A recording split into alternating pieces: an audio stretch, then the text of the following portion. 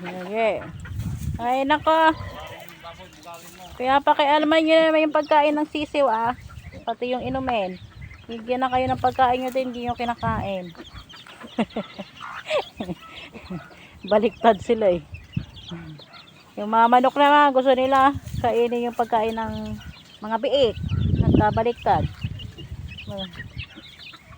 Ipagpalit na lang kaya Boss William yung ano, pagkain nila.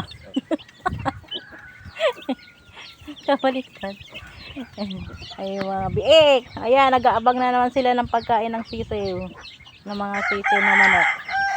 Naabangan na naman nila yan. Uubusin nila yan. Pag walang bantay, ubusin yan ng mga biik na yan. Ito pa sa kabila. Mga kapatid nila.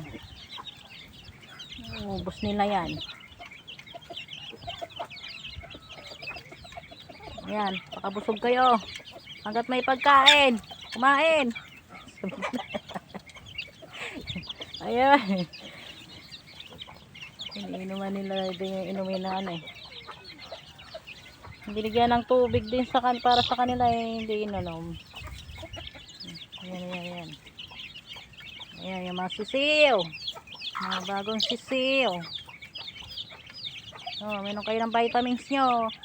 Yung tubig na yan may vitamins kasi yan eh. Gusto din ng mga biik. Pero pwede rin yan sa kanila. Pero hindi yan para sa kanila mga sisiw. Kasi naturukan na rin sila ng vitamins.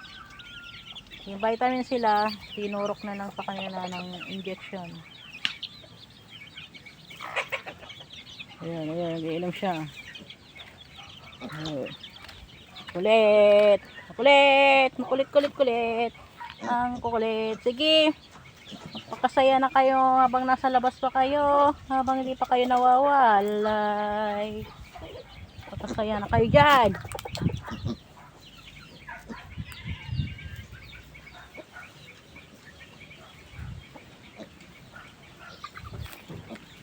Yan, kinakain na William yung ano. Yung inimbak mo dito ng ano. Kaya na ng mga kambing. Kalaya naman sila. Oy, maghanap kayo iba ng pagkain nyo dyan. Pang-stock nyo pa yan.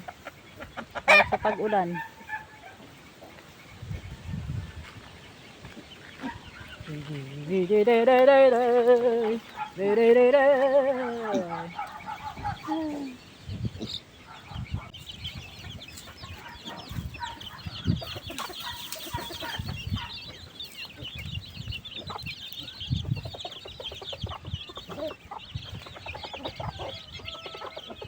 Hindi na pala nakatali yung nanay na mamanok.